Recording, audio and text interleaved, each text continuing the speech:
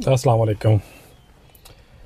वालदैन हमारे बेहतरीन कोच होते हैं और प्रॉब्लम सॉल्वर भी होते हैं।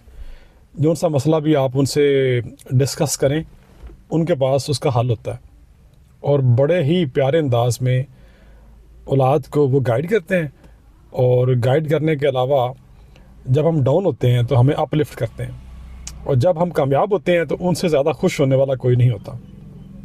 बल्कि वालदैन ऐसा रिश्ता है, बगैर लालच के, बगैर किसी गरज के, वो अपने आप को औलाद में देखते हैं और चाहते हैं कि औलाद उनसे बढ़कर ज़िंदगी में कामयाब हो और उनके लिए नेक नामी का सबब बने। ना सिर्फ इस जहान में नेक नामी का सबब बने, बल्कि अगले जहान में भी नेक नामी का और नजात का सबब बने।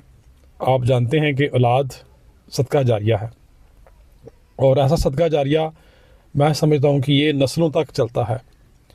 ख़ास तौर पर जो इल्म है ना, सही इल्म, रब ताला की बात मानते हुए, शैतान की बात ना मानते हुए और इब्लीस से बचते हुए, सही इल्म आपको ना सिर्फ इस दुनिया में कामयाबी दिलाता है, वालदैन को भी, आपको भी, और सही इल्म जो है वो इस दुनिया में रहने के बाद जब आप चले जाते हैं तब भी आपको कामयाबी दिलाता है।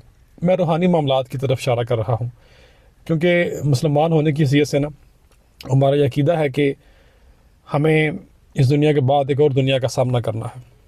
खैर, वालदैन की एक एक कही हुई बात तजर्बा पर मबनी होती है, लेकिन इस बात का एहसास हमें तब होता है जब हम ज़िंदगी में ख़ुद काफ़ी सारे तजर्बात कर चुकते हैं। क्योंकि हम गलतियाँ करते हैं तो वालदैन की बात नहीं मानते तो गलतियाँ करते हैं। अगर वालदैन को सही मानों में हम कोच, एडवाइज़र, लाइफ कोच समझें, पीर व मुर्शद समझें, तो यकीन करें उनसे बेहतर हमारे लिए रहनुमा और कोई नहीं है। वालदैन फिर बढ़ती उम्र के साथ साथ ना परेशान भी होते हैं, छोटी छोटी बातों पर परेशान हो जाते हैं, लेकिन उनके पास एक जो सबसे बड़ी क़ुव्वत होती है वो रूहानी क़ुव्वत होती है। अक़ीदे की क़ुव्वत, रब ताला से ताल्लुक़ की क़ुव्वत और तवक्कुल की क़ुव्वत।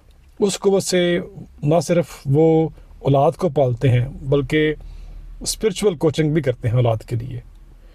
तो वालदैन की किस किस बात का ज़िक्र करूं, और भी बहुत सारे ख़यालात हैं।